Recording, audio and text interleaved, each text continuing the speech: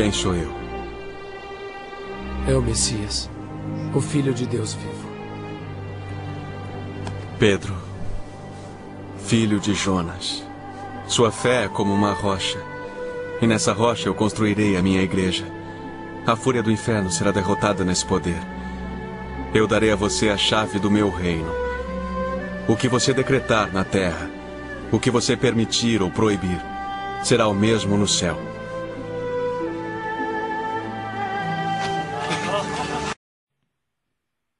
Primeira Tessalonicenses. Mais ou menos por volta do ano de 70, foram escritos os primeiros evangelhos. Evangelho de Marcos, Mateus e Lucas. E lá por volta do ano 100, foram escritos o Evangelho de São João, o Apocalipse, etc. Ora, nós temos o que aqui? Nós temos um arco de 50 anos para que fossem escritos os livros do Novo Testamento. Agora, pensa bem.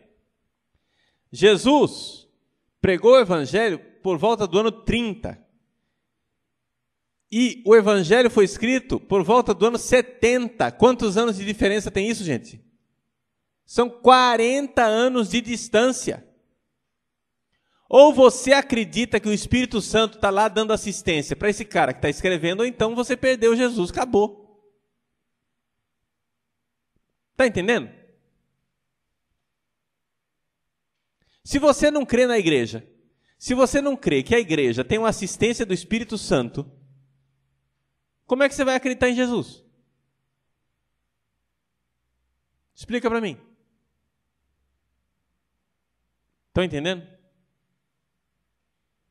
Os evangélicos dizem, não, nós cremos na Bíblia.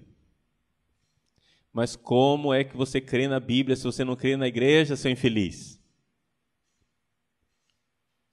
Se você não crê que o Espírito Santo está lá dando assistência e uma garantia para essa igreja, de que ela não vai trair a fé. Entendeu? Problema?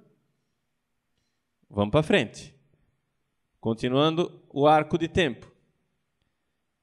Se você for ver durante todo o segundo século, houve briga, e briga terrível, para se decidir quais eram os livros do Novo Testamento. Vocês vejam, por exemplo, tinha um herege chamado Marcião,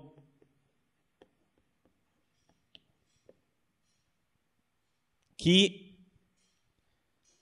não aceitava nenhum dos evangelhos, a não ser o evangelho de Lucas, e não aceitava todas as cartas de São Paulo, somente algumas cartas de São Paulo.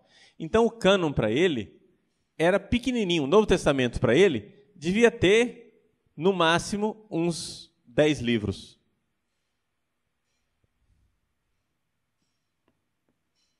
Enquanto, do outro lado, tinha seitas gnósticas que tinham muitos outros evangelhos. O evangelho de Maria Madalena, o evangelho de Tomé, o evangelho de Judas, Atos de outros apóstolos, cartas de Barnabé e assim por diante. Então, havia uma pletora de outros livros que eles queriam colocar lá dentro. Se você for juntar tudo, ia dar uns 40 livros no Novo Testamento. Um só queria uma meia dúzia de livros. O outro queria uns 40 livros. Foi a igreja quem decidiu que os livros do Novo Testamento eram só os 27 livros que nós temos hoje. E eu gostaria, porque não é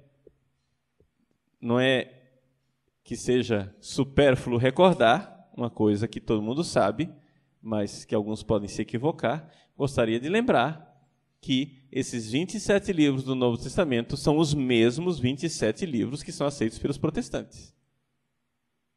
Porque não tem diferença o Novo Testamento, a diferença está no Antigo.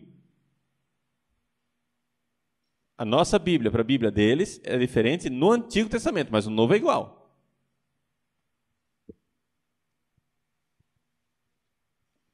Então, ao aceitar os 27 livros do Novo Testamento, eles estão aceitando a autoridade de quem? Da igreja católica, dos bispos que eles rejeitam. Agora, isso não é meter a enxada nos pés? Então vejam só, gente. Os protestantes estão num barco furado. Porque eles não aceitam a autoridade da igreja e construíram tudo em cima da Bíblia. Mas ao não aceitar a autoridade da igreja, é como você sentar num galho e dizer: esse galho é aquele no qual eu me sustento. E você começa a serrar a conexão entre o galho e a árvore. Você vai cair no chão.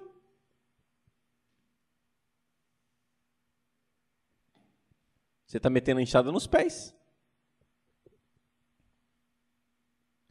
Mas eles não notam isso, padre? Notam. Os mais inteligentes e estudiosos notam.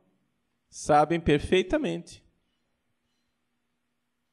E é por isso que os protestantes mais estudiosos estão deixando de crer até mesmo na Bíblia. Porque ao invés de dar o braço a torcer e crer na igreja, o que é que eles fazem? Começam a duvidar da Bíblia. Aí começa a dizer: será que isso daqui é verdade? Ah, não, isso daqui foi um acréscimo. Aí vai tirando os pedaços da Bíblia, vai dizendo: isso foi invenção, isso não existiu, isso foi invenção, isso não existiu, daqui a pouco eles estão sem Bíblia.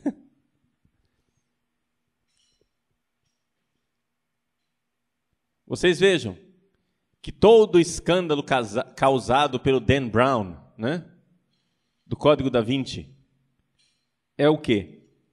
É o fato de que o Dan Brown está dizendo para as pessoas: gente, esses 4 evangelhos que estão aí foram os 4 evangelhos selecionados pela Igreja Católica, porque tinham muitos outros evangelhos que a Igreja não aceitou e colocou fora da Bíblia. E as pessoas: meu Deus! Mas, gente, a Igreja sabe disso há séculos. Não é possível você crer em Jesus sem crer na igreja. Porque se você não crer na igreja, você vai começar a criar um problema. Qual Jesus? Qual dos tantos Jesuses é que eu vou crer? O do Evangelho de Maria Madalena?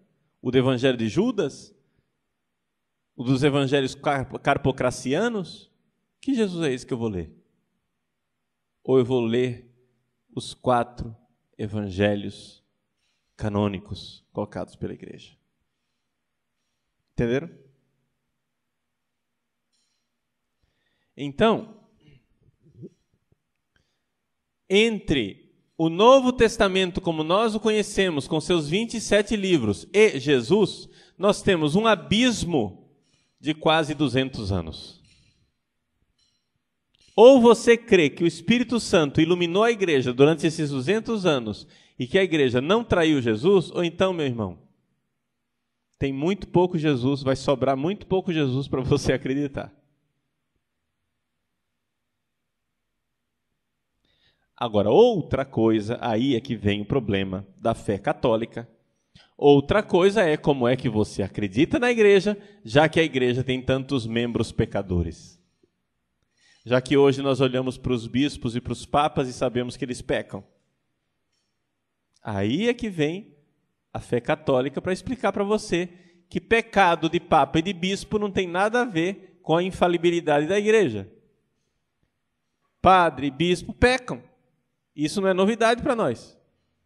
Nós vamos ver na história da igreja. Mas nós sabemos que no meio dos pecados desses homens, Deus é fiel à sua igreja. Deus é fiel e não a abandona. E por isso, a Igreja Católica sempre ensina infalivelmente a fé. Você pode ter uma multidão de bispos rebeldes contra a tradição da igreja, mas haverá sempre um núcleo da igreja fiel ao Evangelho e fiel ao Evangelho tal qual ele foi pregado por Jesus. Então, qual é a missão? Um bispo e um papa, que sejam bom bispo e bom papa, qual é a missão deles? Conservar o depósito da fé, guardar. Então, todo bom papa e todo bom bispo é necessariamente conservador. Ele quer conservar. Ele não quer inventar nada de novo. Entende?